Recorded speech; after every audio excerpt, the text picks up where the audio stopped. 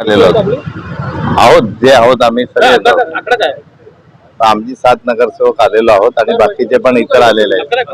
11. Sir केडीएमसीचा जे आहे त्या दिवसभर चर्चेत आहे. कल्याण डोंबिवली महानगरपालिका एकीकडे तुमच्यासोबत असणाऱ्या मनसेनी तिकडे शिंदेना पाठिंबा दिलेला आहे. तुम्ही उद्धवजींकडे आला भेट घेतलेली आहे. बराच वेळ तुम्ही इथे मातोश्रीवरती होता. काय चर्चा झालेली आहे, काय सांगाल? आज आम्ही एक सदिच्छा भेट घ्यायला आलेलो. ह्या निवडणुकीनंतर सर्व सदस्यांना भेटण्याची इच्छा होती आणि अत्यंत महत्त्वाचं असं त्यांचं मार्गदर्शन झालं. या पुढची वाटचाल ही कशी असायला पाहिजे या संदर्भात आम्ही सविस्तर चर्चा केली. त्यांनी मार्गदर्शन केलं आणि पक्षश्रेष्ठी तुमच्याशी याबाबत आणखी पुढे काही बोलतीलच. पण तशा प्रकारची चर्चा झाली आहे, काय मार्गदर्शन केले? जर पाठिंब्याबाबत कोणत्याही पक्षाने आमच्याकडे प्रस्ताव दिला आणि तो सन्मानजनक असेल आणि तर त्याबाबत आम्ही विचार कसा करावा, काय करावं त्याबाबत आमची चर्चा झाली.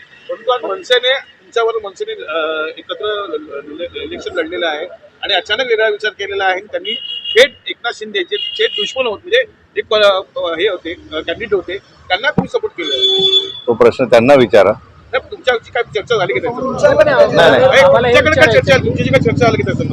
आमच्याशी काही चर्चा झालेली नाही आणि त्यांनी तो त्यांचा पाठिंबा द्यायचा आहे तो त्यांनी दिला असेल. त्यांच्या काय टर्म कंडिशन असतील त्या हिशोबाने. आपल्या नगरसेवक त्यांना कोणी संपर्क केला होता म्हणजे आमच्या संपर्क आहे. वरिष्ठ पातळीवर चर्चा सुरू आहे. केला आहे, संपर्कात आहेत ते. वरिष्ठ पातळीवरती चर्चा होत आहे. कशा संदर्भात? पाठिंबा मागण्याबाबत. भाजप पण आहे, शिंदे सेना पण आहे. तुम्ही काय भूमिका घेतली यावर? सन्मानपूर्वक जर त्यांनी मागितला, पाठिंबा मागितलेला आहे आणि तो जर आमचा सन्मान त्याच्यात होत असेल तर त्याचा नक्की त्या प्रस्तावाचा विचार करू. तुम्ही शिंदेसोबत जायला तयार आहात का जर सन्मानपूर्वक असेल तर? तसा प्रस्ताव येऊ द्या. बोलले आता जर का सन्मानपूर्वक जर का आपल्याला प्रस्ताव आला तर साहेबांचा काही ग्रीन सिग्नल आहे या गोष्टीला? नक्की आहे. शिंदेसोबत जायला उद्धवजी तयार आहेत? तो त्यांच्या पातळीवर निर्णय होणार आहे. पहिले प्रस्ताव तर येऊ द्या त्यांच्याकडनं. काय फक्त पाठिंबा मागतायत ते. त्यांच्याकडनं असा काही ठोस प्रस्ताव आलेला नाहीये. त्या संदर्भात तुमचं आज काय बोलणं झालं का? आमची चर्चा झालेली आहे या संदर्भात.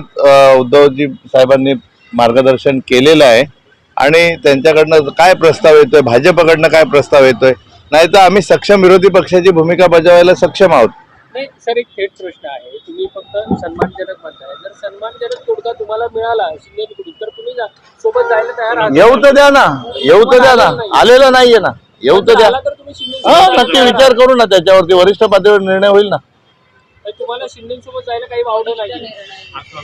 आता अर्थ तुम्ही काढू शकत नाही की वावडं नाहीये. प्रस्ताव तर येऊ द्या. तुम्ही त्यांना विचारा ना प्रस्ताव. हा प्रस्ताव त्यांना विचारा ना. तुम्ही प्रस्ताव दिला आहे का? तुम्ही पाठिंबा मागितला आहे का? त्यांना विचारा.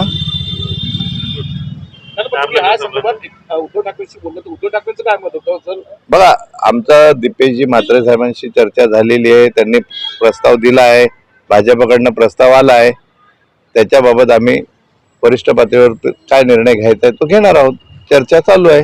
तुमचे काही नगरसेवक संपर्कात नाही? काही 2-3 नगरसेवक नॉट रिचेबल आहे तर त्याच्यावरती पक्ष कारवाई करणार आहे. ते अनुपस्थित राहिलेले आहेत गटनेत्याच्या निवडणुकीमध्ये. आज गटनेता म्हणून जी माझी निवड झाली आणि त्याच्यामध्ये त्यांना शोकॉस नोटीस बजावलेली आहे, कारणे दाखवा नोटीस बजावलेली आहे आणि त्यांचं सदस्यत्व पत्र त्याच्यामध्ये ते धोक्यात आलेले आहेत आणि त्याला पुढे आणखी तुम्हाला दिसेल काय आहे ते.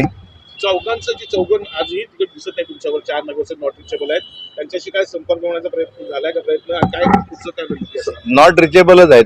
संपर्क झालेला नाहीये त्यांच्याबरोबर. आम्ही प्रयत्न करतो आहोत संपर्क करण्याचा, पण संपर्क होत नाहीये.